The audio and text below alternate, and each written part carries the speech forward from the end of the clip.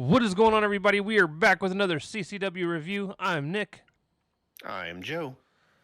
And we are here to talk about AEW Dynamite on 6/10/2026. Please, before we get any further into this, be sure to like, sub, do all of those things that you do on YouTube channels. Comment below. And comment below on your opinions on tonight's Dynamite. Anyways, I guess technically last night's Dynamite. So, we start off with an in-ring segment. And Shivani brings out Ciampa, and Ciampa tries to make him do the Ciampa is better than Jericho thing. Threatens bodily harm on Shivani again, which is about as entertaining as this gets. Jericho comes out, and he started off funny because he was like, I want to know who I need to talk to in order to fight someone that has hair. Which made me laugh because... Yeah. And then it was all downhill from there. Then it was all downhill. Jericho starts to obsessively call him Tommy instead of Tommaso. Ciampa doesn't like that. The crowd seems to, though. And then Ciampa's like, my mother doesn't even call me mommy or call me Tommy. And then Jericho goes, oh, you mean Tommy's mommy? It was so stupid. At which point the crowd starts chanting Tommy's mommy. Jericho goes on to say that Ciampa doesn't like him because he isn't Jericho, basically playing the Ciampa is jealous card. They start fighting, and security comes out to stop them. Honestly, it started off with a lot of promise and then went downhill very quickly. One of the things Jericho does now that cracks me up, though, and I do like it, is he'll be talking, and while he's in the middle of talking bald, he'll say things that interject other words. And it always makes me laugh, but I do feel like he overdoes it in one segment. Yeah. But some of the things he was saying tonight was pretty funny. He called him Angry Santa. Among other things. It was just very juvenile, but that's Chris Jericho and his current gimmick. Well, that's been Jericho for 40 fucking years. In parts of it, for sure. But yeah.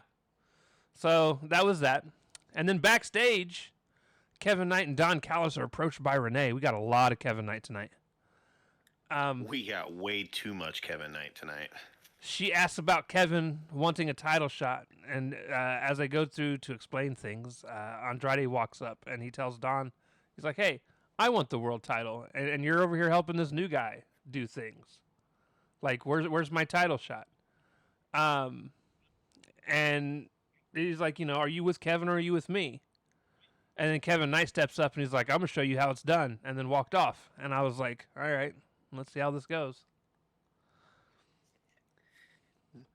Nowhere. Accurate. And then we finally get to our first match. Match 1, AEW Continental Championship match, Jon Moxley versus Shane Taylor. And listen, I enjoyed this match for what it was. It was two brawlers just punching the shit out of each other. And at least they both know how to throw punches.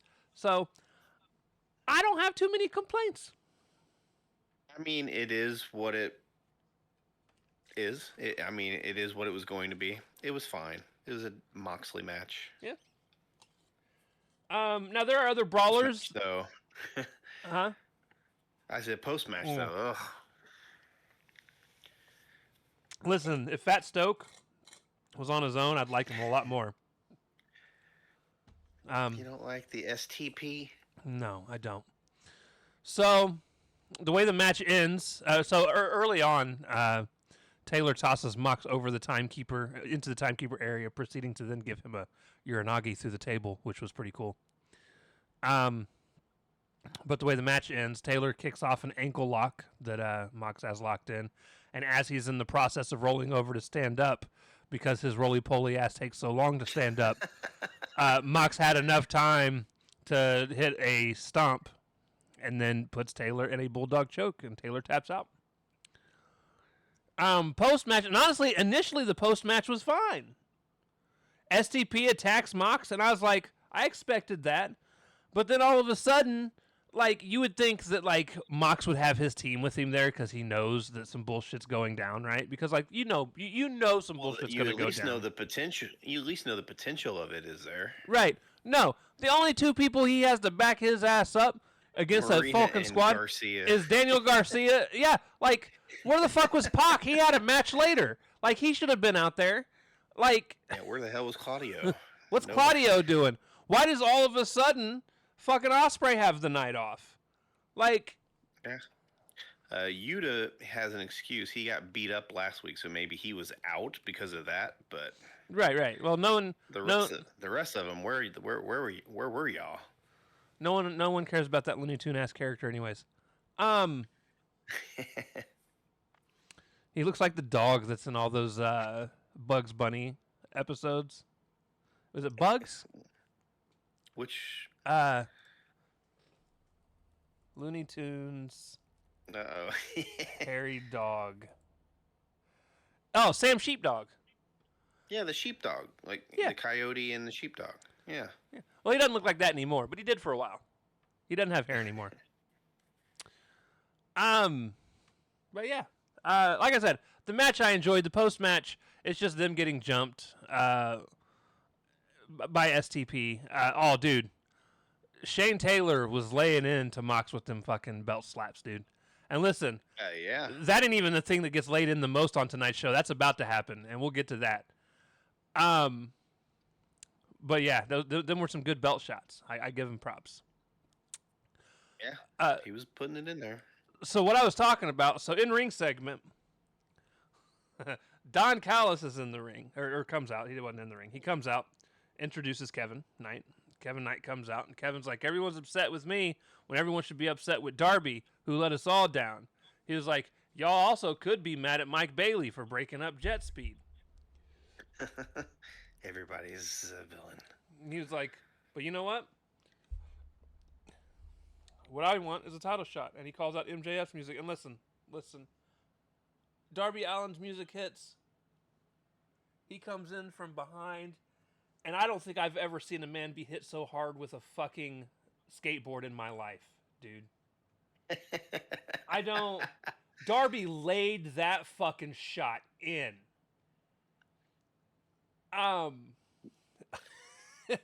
We'll just say I wouldn't be surprised if backstage Kevin Knight was like, bruh, really? Like, damn, man, are you mad at me? Did I stiff you the last time we worked? Did that gurney thing actually hurt and you were just getting me back for it? What is going on here? Yeah. He laid that fucking shot in, dude. I was like, oh, that sucks. That hurts. I'm pretty sure that wasn't him selling sitting in the corner at the end of this whole segment. I'm pretty sure he was like, man, that fucking hurt. Listen, He's collecting himself. I've scraped my back just against a door, okay? I know that pain. Anyways, yeah, Darby shows up, hits him with a skateboard.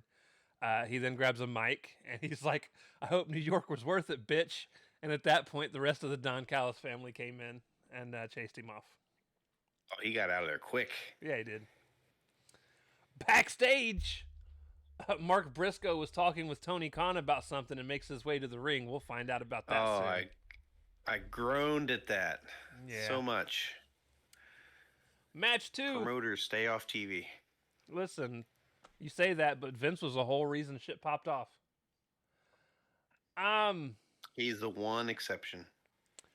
Match 2. Now, I will say this. Promoters should stay off TV if they're not good on TV. Some are.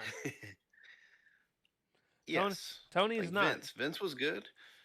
Bischoff played a good little character. Yeah, but Bischoff's good on TV. It ain't for TK. No. I barely enjoy having to hear him come out to hype out the crowd in between matches.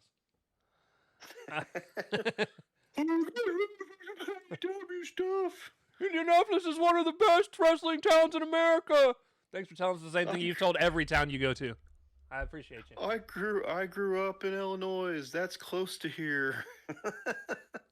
Me and my dad used to travel here all the time. Anyways,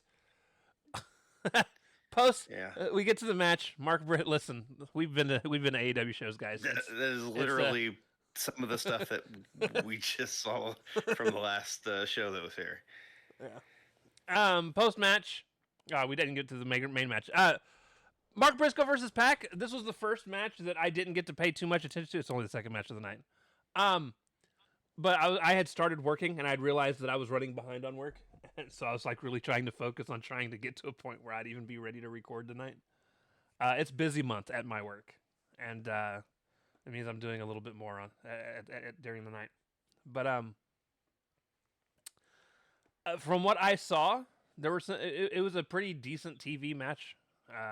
Obviously, not one of Briscoe's best overall, or Pac's for that matter. Pac, whatever. Yeah, it went a little too long. That's going to be like a kind of a reoccurring theme. There were several instances where I happened to glance over when it was like Briscoe doing one of his moves off of the apron to Pac. Well, that was a lot of the match. Yeah.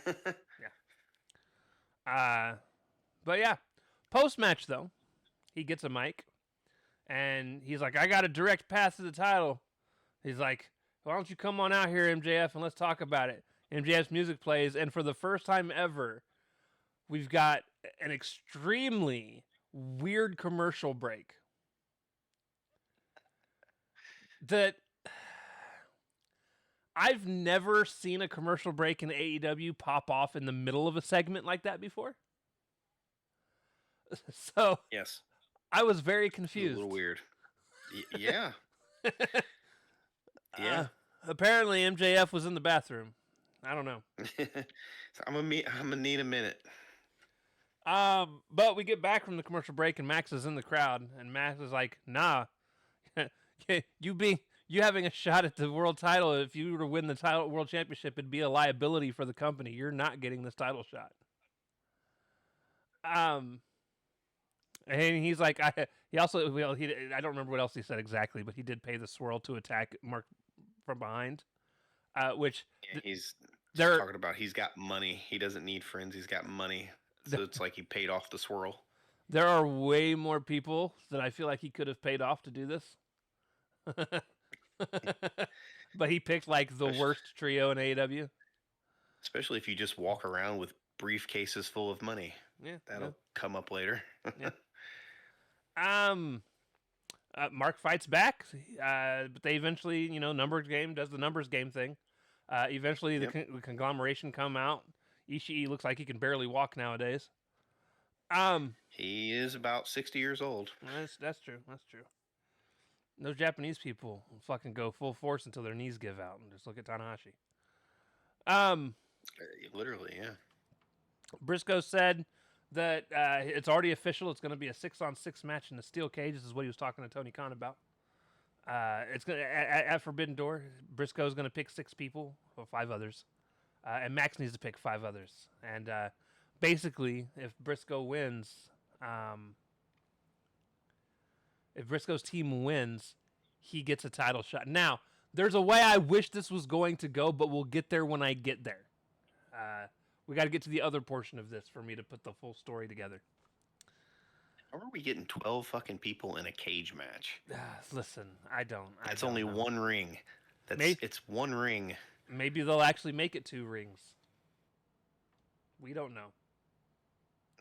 That's a lot. That's a lot of people for one ring. I hope they got something. I'm sure they have something in mind. Maybe it's going to be one of those layered cage matches like in WCW. No, this isn't Ready to Rumble. No. Is that what that? Yeah, that's what that was called, wasn't it? That's not what the match type was called. No, but that's what the movie was called. That's the movie that it made its first appearance in, and then it became an actual match. Oh yeah, that WCW tie-in. Well, remember, David Arquette was their world champion. Yeah. Match 3. Oh my god, which almost was my match of the night. Almost. If this is the Andrade and OC match, this was my match of the night. It's probably your match of the night. It was almost, just from the pure lunacy that was everything that happened in this fucking match, dude. It was... How you know? He knows. So, that's not even the first thing that happens. So the first great thing that happens is OC does the thing where he he reaches over and he unzips Andrade's pants for him because he wants Andrade to go ahead and strip down into his tights. Which is weird, okay? I don't know how I would feel about another man unzipping my pants as a wrestler, but whatever. It was his pockets. It was his pockets he was zipping at. Yeah, sure. He made it sound like he went right for the buckle there. It could have been. So Andrade takes off his pants, and then it happens back the other way. And OC takes off his pants to reveal that he's wearing another pair of the exact same pants underneath. And I immediately start laughing. It was just the right amount of ridiculous. I was like, what the fuck? Oh no, it gets more ridiculous, and it's perfect for everything that's going on. Yeah. So they go to wrestling, and they're doing their thing. They're hitting their spots like they normally hit for both these guys. And eventually, they make it out to the ring, and Andrade goes to this woman that's on one side of the arena. He gets his picture taken with her like he always does. And then he eventually makes his way to the other corner of the outside. And instead of it being a female that's over there, it's Lio Rush with a cell phone trying to get a selfie of the two of them. And Andrade looks at him so confused. And Lio Rush goes, "It's fine. It's fine." And then all of a sudden Andrade's like, "How you know?" And he's like, "Oh, he knows." He knows. He's like, "Huh?" And he's like, "It's fine." And they do this for like 20 seconds, going back and forth between the four sentences. And I'm losing my shit the entire time. And they have learned to perfectly place Leo in the best places to get the most out of him for the little segments that he's in. Yeah, and now that him and OC are doing this weird thing with each other, it makes it better. Anyways, eventually they get back to wrestling. Things go, and OC goes for his orange punch, but of course Andrade, in the middle of his punch, does his back elbow and catches. Listen, that back elbow looks like it hurts 100% of the time. He is hella slapping his leg, but yeah, oh, absolutely. They bump into each other very, very. The bump is really good. The people taking the bump is really good, and he sells it super well. Yeah, he does. He then eats the DM for the win, so Andrade wins. And OC still has not beaten Andrade. Nope. Post-match, Andrade grabs a mic and asks the Ohio crowd how you know. Yeah, that's exactly how that went. Backstage after Dynamite, I guess. Listen, I don't have to do these near as much as I used to. They've been cutting down on these. Thank goodness. Will Ospreay said he's punched his ticket into the finals. Nothing is stopping him from going in the main event of Wembley. I misspelled Wembley. I spelled it with an I instead of an E. That's funny. Wembley. I made it a person's name, not a location. He said he owes something. He says he does realize that he does, as funny as it sounds, he owes something to the Death Riders for where he's at. And at that point, Wenza comes up from out of fucking nowhere, flops into his arms crying, because obviously this is shortly after she had just lost her match. So her dreams of Wembley have been dashed. Yep. So you said you didn't like the segment. I didn't mind it because I don't know. I don't mind couples having interactions, and I feel like this was a good spot. And I'm curious on where they're going to take this though, because she helped Will fight off the Death Riders. I'm still curious on how she feels about him being as involved with them as she is.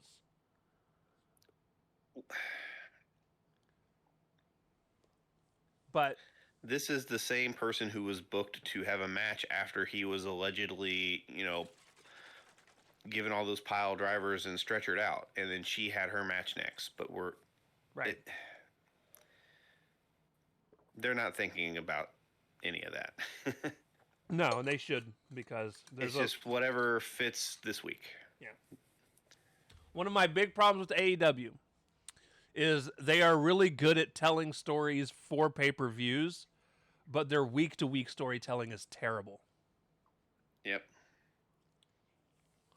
Um, Yep. Backstage, Death Riders aren't very happy. They won a 5-on-5 street fight at Collision, and we're gonna get it. Yeah, we are. Collision, other than that match, looks solid otherwise. Yeah, we'll see. Listen, this wasn't the worst Dynamite, and it definitely wasn't as bad as last week's Collision. I don't think we're ever gonna get anything that bad again. Well, we can hope. At least I hope we don't. But this week's was definitely uninspired. That was a good word you used. It was an uninspired week of Dynamite. Yeah, I don't know if they've just had to pause everything because they know they have Forbidden Door just taking up space, so they don't want to do any like legit stories right now. But I feel like this is so. I wish they would just get rid of Forbidden Door, not because I don't want Forbidden Door, but Tony has gotten away from what Forbidden Door is supposed to be, and that's fine. Just get rid of the fucking pay-per-views then. Because, like, Forbidden Door, for me, I'm 100% on board for Forbidden Door just being other promotions facing against other promotions. Like, it doesn't have to have stories going into it. It can absolutely just be something like we're going to find out here soon, that Kenny Omega versus Zack Sabre Jr. is going to happen in Forbidden Door. That's perfectly fine. I'm excited for that match, and I would love for the entire pay-per-view to just be cross-promotional stuff. But instead, Tony has taken it and tried to turn it into an AEW main pay-per-view where there's just some extra stuff thrown in. But it fucks up any kind of storytelling you're trying to do for a pay-per-view that don't need it because it's Forbidden Door. Yep. I don't disagree. Like, you could be using that time to be telling a background story to be setting up All In for the next 2 months. But... whatever. I get it. He's just trying to sell the pay-per-view. So he's trying to put some stakes into it, but it used to the allure used to be the dream matches. We don't have as many dream matches anymore because that's how he books his normal stuff. Because everyone already hired everyone else out of all the other promotions. That's not untrue either. I can't even tell you 5 people that work in New Japan now because between WWE and AEW, none of them are there anymore. I don't. The only ones I know are the ones who also work in AEW that are working over there part-time.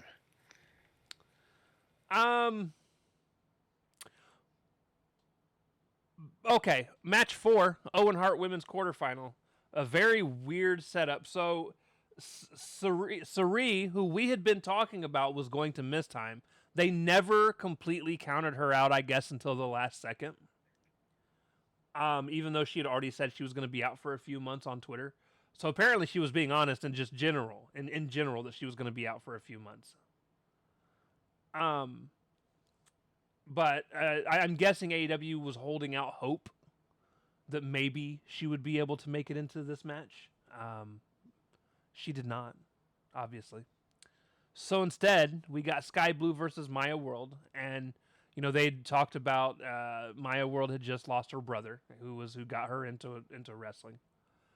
And I struggle with this whole thing because on one hand,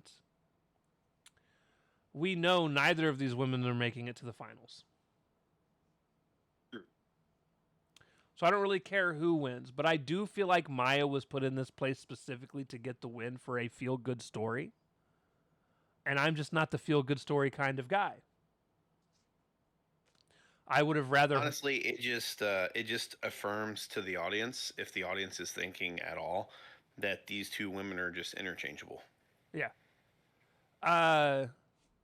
With that being said... It was a surprise that Maya won in general. I won't say it was a surprise in hindsight because with her having just lost her brother, I could absolutely, it makes sense Tony Khan would do something like that. Because I was already pretty sure Sky Blue was going to lose to Sari anyways. Yes. Which is why it's weird to me that they just threw Maya in that spot after everything that happened for the feel-good story. Especially since that feel-good story is absolutely probably... Listen, I don't see any world where Maya wins against who's she going up against? Is it Athena? It's It'd either be Athena. Athena or yeah, because Monet's going against that other Japanese chick. Hazuki. So yeah, I don't see Athena losing to Maya. No. And if she does, for whatever reason, I will be mad. One and two, she's definitely not going to beat Mercedes at that point. No, at that point, you may as well just say it's Mercedes' entire tournament to win. That you may as well just anoint her then. Right. With all of that being said, though, she won with a roll up, which is always fun. And actually, AEW's been really good about not overdoing roll up wins lately, so I was fine with it.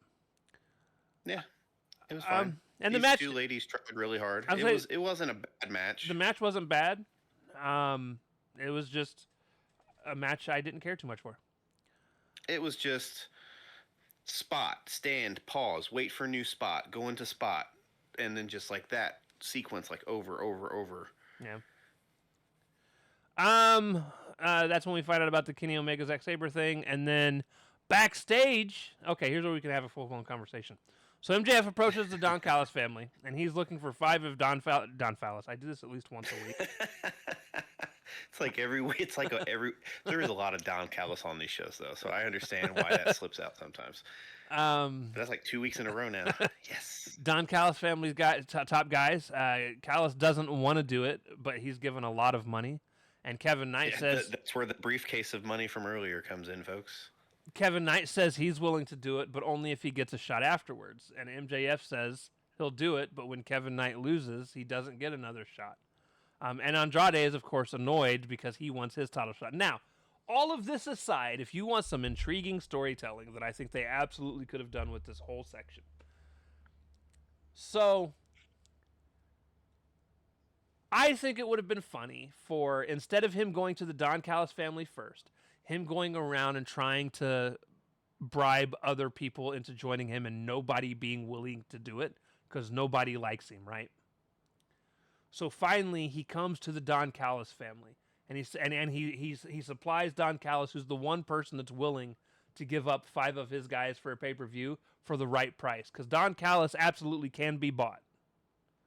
Sure. He's established. He proved that. It was just way too subtle. Yeah, he's established that. And what I would have thought would have been cool is for him to give the money to Don Callis, and then him be like, all right, I'm going to think about the 5 people, and I'll get back with you next week, kind of like he did here. But don't have Kevin Knight say anything. Have them walk off, right? And then next week, have him approach them and be like, all right, I want these 5 people. And when those 5, like 2 to 3 of those people are like, or have Don Callis be like, yeah, I can't have them do that for this match. I need them doing something else elsewhere. How about these people? And they can kind of barter for the next week and a half, right? And then the Dynamite before, have it come up to where he has like 2 or 3 people set in stone, but he needs 2 or 3 more. And have it to where it's like Kevin or Andrade, and neither one of them are willing to do it, unless if their team wins, they get a title shot. So at that point, it would be even more fun to sit back and look at it and be like, oh, for the MJF thing, if he loses, he has to face Mark. If he wins, he has to face Andrade. So he's stuck between this rock and a hard place, to where no matter what happens, he's fucked. He's got to face one of them. And that would have just been some good storytelling. It would have been much more entertaining than a lot of the shit we got on this show. But this was just like Kevin Knight, he's like, yeah, I'll do it as long as you give me a title shot when we're done. And MJF's like, okay, well, just as long as you understand, if when you lose, you don't get another one while I'm champ. I get that they are really, really high on Kevin Knight, but they are giving us way too much of him. I agree. They need to kind of pull that back. Because, yes, he's a heel, and yes, you want him to have heat, but he's getting like go away heat with me. Like I just want to fast forward through his segments. Right. Anyways, so after that is my match of the night. It is the Owen Hart men's semifinals, Swerve Strickland versus Brody King. And this is where I like Brody King the most. Don't give him a mic or anything like that. He never needs to talk. Ever. Just bark. Just do the bark. Walk out, bark, and beat the fuck out of people, and then lose in some wild fucking way because Kind of like here. but like he lost, but still looked strong in his loss. Like Yeah, well, he mostly does because they do a good job of finding a way to making fucking. it make. Well, yeah, he gets fucked over, but he like looks incredibly freaking good in there because he's like kicking out. He's got all this resilience, and it's just like always just too much. And he's kicking out of things that it makes sense to kick out of for somebody his size. His size, yes. Like he catches, Absolutely. He caught 2 house calls and still kicked out, and it's like, yeah, well, the house call's not a real finisher. It's always been a setup move for Swerve. Every now and again, he gets a win with it. Yeah, But it's it's usually a lesser than, or he did some other crazy shit and just needed that to like polish someone off. right. Polish someone off. Giggity. Anyways, so You've been watching way too much Family Guy. always. But no, we get a spot where Brody gets busted open on the turnbuckle. Hey, and shout out. It's almost like they listened to you last week. They didn't show a replay. So Thank goodness they would. The only escalation from that would be them actually just keeping the camera on him, fucking center frame, him blading himself. right. So yeah, they send him out. He already didn't send him out. He goes and busts his head open and he's bleeding. He's all staggering. He did it right in the middle of his forehead too. Yeah, he It did. was like literally like perfectly in the middle. He catches the first house call, but didn't go down. Actually, stood up afterwards. Yeah, it's and crazy. Then, and It like then dropped him to a knee, and he got it, and he just well, kind of no, like staggered he was back up. he was already on a knee, and he caught the house Yeah, call, but then, and then he just but stood he up. didn't fall. He Yeah. just kind of yoink, Yeah. kind of rubber band back into position, and then like staggered up. Yeah, he stood up. So Swerve got on the top rope and did a house call up from up there. That did knock him off his feet. Yep. He went for the a deep pin. two. Kicked out. Had another hope spot where he came back. But in the process of all of that, he goes to run against the ropes. And as he's running against the ropes, he was headed towards the ref, and the ref had to move to get out of the way. And because of it, the ref's back was turned to everything. I believe Nana hit him with a ring bell. He hit him with something. I didn't get to see what it was. The ring bells are usually black, and that looked like it was gold or something. I think it was the ring bell, but I could be wrong.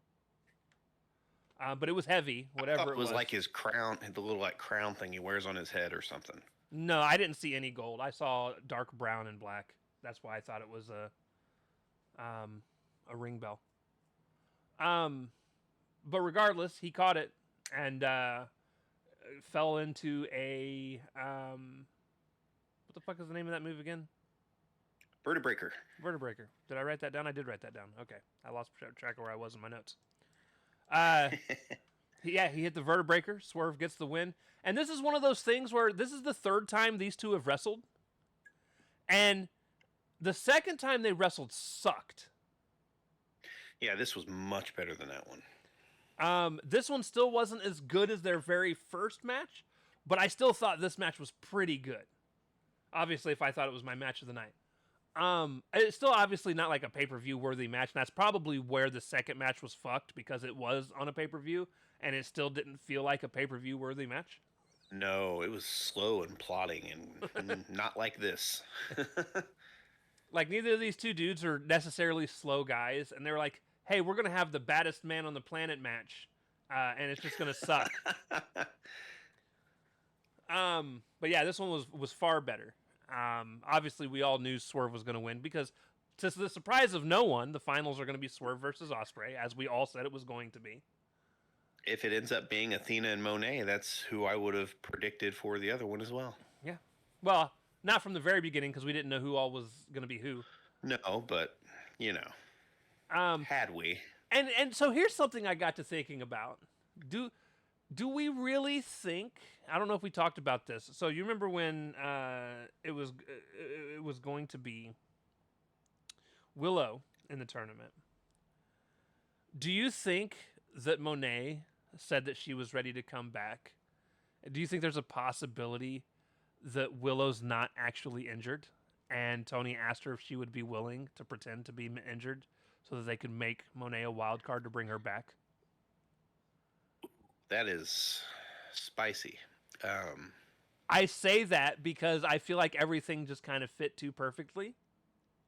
And there was never a time where, because usually you can pinpoint a moment where somebody got hurt by watching a match, or somebody on Twitter will show it. And that never happened with Willow. She's just like, yeah, I'm injured and I'm going to be out for a while. I think if they just wanted her to get out of the tournament, they could have pretended she was hurt for that and had to give up her spot but not vacate the entire title and miss time with that. I think she's legit hurt. That would be a lot of shit to change just to get Monet in a tournament. Yeah. I don't know. I just like I said, I just felt like the timing was really weird. That's a big devil's advocate thing. Yeah, I could see your line of thinking. I'll give you a really hefty bonus if you just pretend to be injured for 6 months. Right? I know you've been wanting to put some time off in, so we're going to do that right in the middle of your run. Now, don't worry. Mercedes is coming back, so take a few more extra months off. Right. But yeah, that was the end of the show. Listen, overall, just a kind of uninspired Dynamite. It was like a 5.5, 6 out of 10. Yeah. It was just it was a wrestling show. There was some decent wrestling on it. There was. Not so much decent storytelling. No. Good comedy, though. The comedy match was very good. I'm to the point where I wish I could go to Tony and be like, hey, look, hire me to just fix your story. You're the wrestling fan. To just fix your story. You're the wrestling fan. Listen, I feel like I have some pretty good ideas a lot of the time. Continuity. He needs some of that. And here's the thing. Here's what I would do too, right? I don't want to be the person that comes up with stories. I want to be the person that you give me a story and I just make it better. Say, I'm going to just attach myself to your idea and twist it the way I want it. It's not even how I want it. It's just the way I think things would actually be better. I feel like 9 times out of 10, I give a really good idea of what I think would be a fascinating story. I would say logic and definitely escapes some of their storytelling sometimes. I feel like their week-to-week storytelling is just so ugh.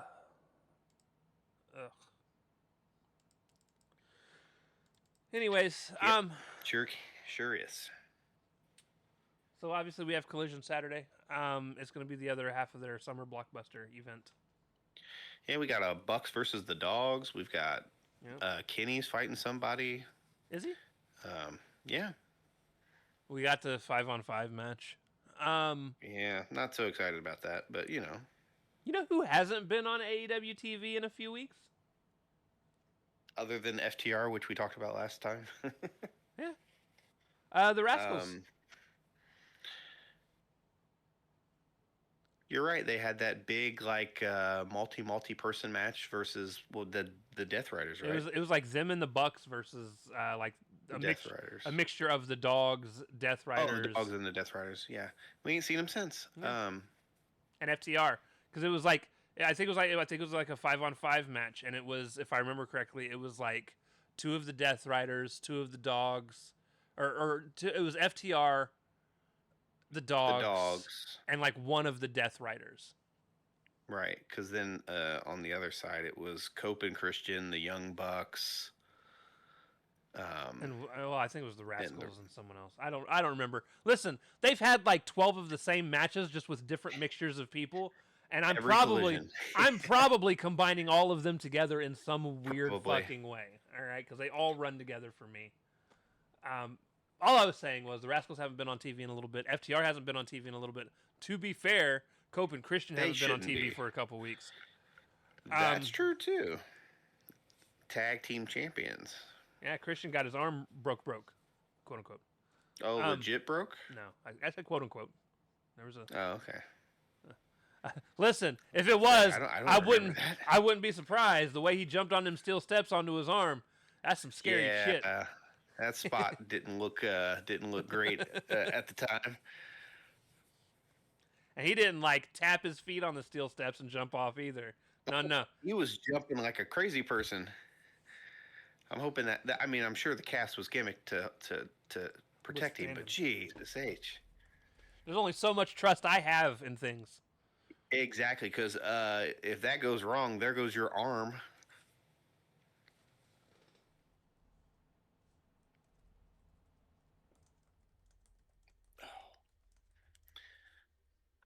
But did you mute yourself?